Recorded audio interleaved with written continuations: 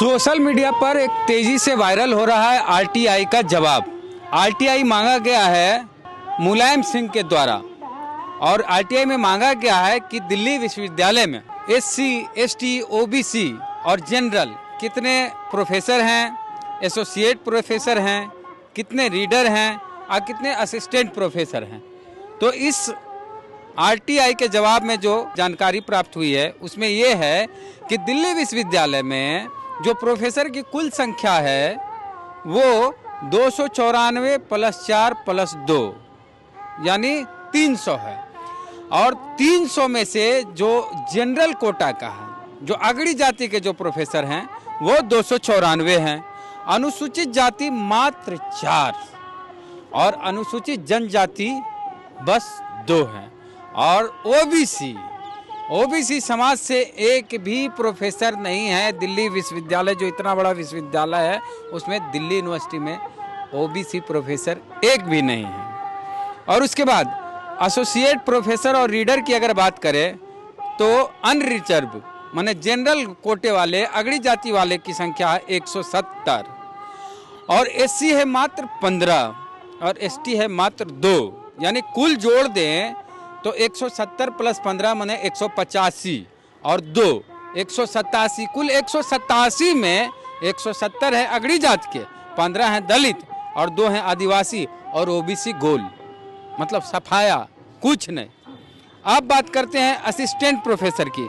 तो assistant professor में OBC है 40, एसटी हैं 22, एससी हैं 42 और अगड़ी जाति के जो हैं वो है 161, यानी कि 265 में 161 अगड़ी जात के, 42 अनुसूचित जात के और अनुसूचित जनजाति के 22 और ओबीसी 40, मतलब एससी से भी कम। तो बात करेंगे इसी मुद्दे पर। चंद्रभानु यादव हमारे साथ हैं इस वक्त, सोशल एक्टिविस्ट हैं और ओबीसी समाज से आते हैं।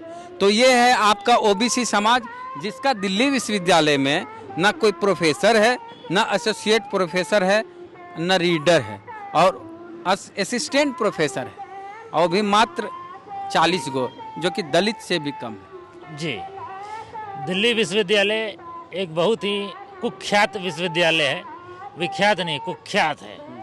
वहाँ भी जो है हाई कोर्ट और सुप्रीम कोर्ट की तरह जो है एक कॉलेजियम सिस्टम जो है एग्जिस्ट करता है। उसमें जो है प्रोफेसर के बेटे ही प्रोफेसर बनते हैं, प्रोफेसर के दामाद बनते हैं, प्रोफेसर के पोते बनते हैं। वंशवाद का जो वहाँ घृणित उदाहरण होता है। और जो वैकेंसी होती है, जो बहालियाँ होती है, उसमें ये लोग क्या करते हैं, अपने ही बाल बच्चों को घुसाने के लिए जो आरक्षण का प्रावधान है उसको NFS नॉट फाउंड सुटेबल के षड्यंत्र के तहत जो है आरक्षण की सीटों को भरने नहीं देते हैं और उस सीटों पर जो है अपने बाल बच्चों का जो है भर्ती कर देते हैं। हमने तो बहुत सारे लोगों को सोशल मीडिया पर ही पढ़ते हुए पढ़ा है। उसमें है कि बहुत सारे लोग जो हैं दिल्ली यूनिवर्सिटी के लड़कियों को जो है प्रेम निवेदन करते हैं कि बाद में शादी हो जाए और फिर जो है ससुर जी हमको जो है एक प्रोफेसर रीडर जो भी बनाना है बना दें। तो दिल्ली विश्वविद्यालय एक कुख्यात विश्वविद्यालय और ये जो है एक वानगी है। नहीं तो इस पे क्या कहेंगे कि ओबीसी कहाँ है, कहाँ सो रहा है ओबीसी जागो। जो उत्तर बिहार के ओबीसी हैं उनको आप मूर्ख कहें तो कोई आप गलत नहीं कहेंगे, तो आप भी मूर्ख हैं। उत्तर भारत के अपवाद भी कुछ होते हैं, माने आप अपवाद हैं। और उत्तर भारत के जो नेता हैं पिछड़ी जाति के राष्ट्रीय स्तर के, जी वो क्या हैं?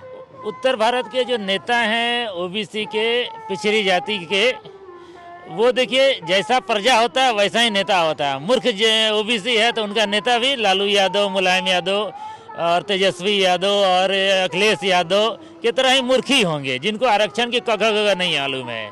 ये जो अखिलेश यादव जिसको जनता अकलेश यादव बोलती है या तेजस्वी यादव ही हो, इनको सामने बैठा दीजिए, आरक्षण का बेसिक चीज पूछेंगे आरक्षण क्यों है तो ये बता नहीं पाएंगे, ठीक है ना। लेकिन आप नेता हैं तो आपके पास इंटेलिजेंस होना चाहिए, आपके पास दिमाग होना चाहिए। लेकिन जो है आप इस माहौल में जो है देखिए आरक्षण की समझ दक्षिण भारत को बहुत है। जब बैकलॉग की बारी आई थी कि प्रोफेसर के बैकलॉग की भर्ती होगी, तब रवीश कुमार कह रहे थे कि बैकलॉग में SC ST OBC का ही खाली का है, अनरिजर्व कैटेगरी का भी भरा जाए। अरे बैकलॉग जो है इसलिए होता है क्योंकि रिजर्व कैटेगरी जो है, आरक्षण वाली कैटेगरी, वो भरी नहीं जाती है, तो 2-3 साल तक उसको बैकलॉग में रखा जाता है और 3 साल के बाद उसको जनरल कोटा से भर दिया जाता है। तो मुहिम चला था कि भाई बैकलॉग वाली वैकेंसी को भरा जाए। तो उसमें ये रवीश कुमार जो ब्राह्मण है, जो बहुत बड़ा धूर्त है, एक काले नाग से भी खतरनाक है ये हमारे SC ST OBC समाज के लिए, ठीक है ना। ये जो है उस समय वो आवाज़ उठाया था कि जो है जनरल कैटेगरी को भी भरा जाए। तो जनरल कैटेगरी तो बैकलॉग था ही नहीं। जनरल कैटेगरी तो अपने जो उनकी जो सीमा है उससे 50%, उससे भी जो है ज़्यादा वो भरे हुए थे, तो उनका बैकलॉग आएगा कहाँ से। तो जहाँ बैकलॉग नहीं था वहाँ ये धूर्त ब्राह्मण रवीश कुमार जो है बैकलॉग पैदा करके उनको भी लाभान्वित करना चाह रहा था। आप उनका मान हानि करें। अब कहिए कि कसाब को फांसी दिया गया या कसाब को कोई आदमी जो है बुरा बोले तो कसाब की मानहानि हो गई। कसाब से तुलना। तो फिर हम आते हैं गंभीर मुद्दे पर कि क्या किया जाएगा, OBC कैसे जागेगा। देखिए, आप EWS का भी एक चर्चा किए हैं। मैं आपको बताता हूँ, हमेशा बोलते आया हूँ कि भारत जो है 140 करोड़ मूर्खों का पागलखाना है। EWS जो है अपने एक बहुत बड़ा जो है सबूत है इस बात का, समझे। आरक्षण किसको मिलना चाहिए, ये किसको मिलता है ऑल ओवर द वर्ल्ड। आरक्षण पूरे वर्ल्ड में लागू है, अमेरिका से लेके ब्राजील से लेके हर जगह लागू है। आरक्षण उन लोग का, उस वर्गों को दिया जाता है जो जिनका रिप्रेजेंटेशन उनकी आबादी प्रतिशत के मुकाबले कम है, ठीक है। तो ये जो EWS है, इसको या ये जो स्वर्ण आरक्षण है, स्वर्णों को दिया गया है जिनका रिप्रेजेंटेशन अपने आबादी के मुकाबले कई बार तो 8 गुना 9 गुना होता है। फिर उनको जो है वो तो अंडर रिप्रेजेंटेटेड नहीं है, उनका प्रतिनिधित्व कम नहीं है, कई गुना ज़्यादा है, उसको जो है ये एक और आरक्षण मतलब दे दिया गया। तो ये तो पागलों का देश है, पागल खाना है, तो इसलिए यहाँ पागलपन चलता है EWS जैसा। अच्छा जी, OBC को क्या कहिएगा। OBC देखिए, OBC को आरक्षण की समझ नहीं है, विशेषकर उत्तर भारत के OBC को तो बोल दी क्या करेगा जो है, ठीक है।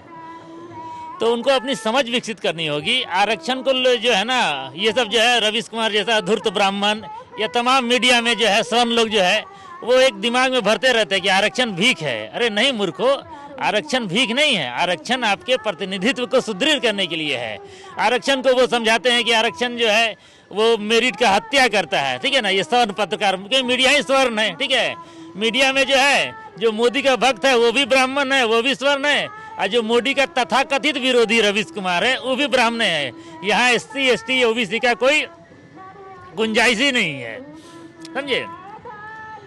तो ये लोग क्या करते हैं कि मिल के नैरेटिव करते हैं कि आरक्षण जो है मेरिट की हत्या करता है। हकीकत में आरक्षण जो है वो मेरिट की स्थापना करता है। आप दिल्ली यूनिवर्सिटी देख लीजिए, सब अपना गधा बाल बच्चा पोता दामाद को जो है प्रोफेसर बना देता है। जिसको एक लाइन लिखने नहीं आता प्रोफेसर साहब कहलाते हैं, डॉक्टर साहब कहला जाते हैं, ठीक है। वो डॉक्टर साहब को बोलिए कि भैया जरा वो एक लाइन जरा लिख के दिखाइए तो भाग जाएंगे अपना पूंछ लेके। तो लेकिन आरक्षण से क्या होता है कि कम से कम समाज के अन्य वर्गों को प्रतिनिधित्व मिलता है। वहाँ के मेरिटोरियस लोग जो हैं वो जगह में आते हैं, क्योंकि वहाँ तो उनका तो कोई भाई भतीजावाद पहले से है नहीं, वहाँ तो पहले से तो वो जो है उनका जो है मेरिट से चयन होता है, प्रतियोगिता से, रियल प्रतियोगिता से चयन होता है।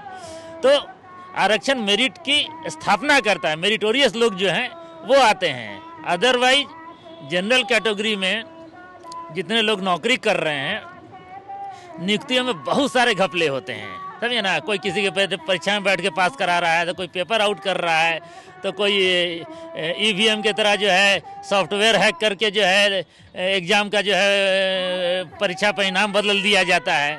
तो इससे चलते क्या होता है कि जनरल कैटेगरी में हमको लगता है कि अधिकांश लोग, ये जनरल कैटेगरी में 20 से 25% जो लोग नौकरी कर रहे हैं वो मेरिट से आते हैं, अदरवाइज बाकी लोग घपले से आते हैं। तो घपला तो OBC कोटे में भी हो सकता है? नहीं होता है, क्योंकि OBC का जो कोटा होता है उस OBC में उनका जो है वहाँ पर पहले से कोई वहाँ बैठा हुआ नहीं है।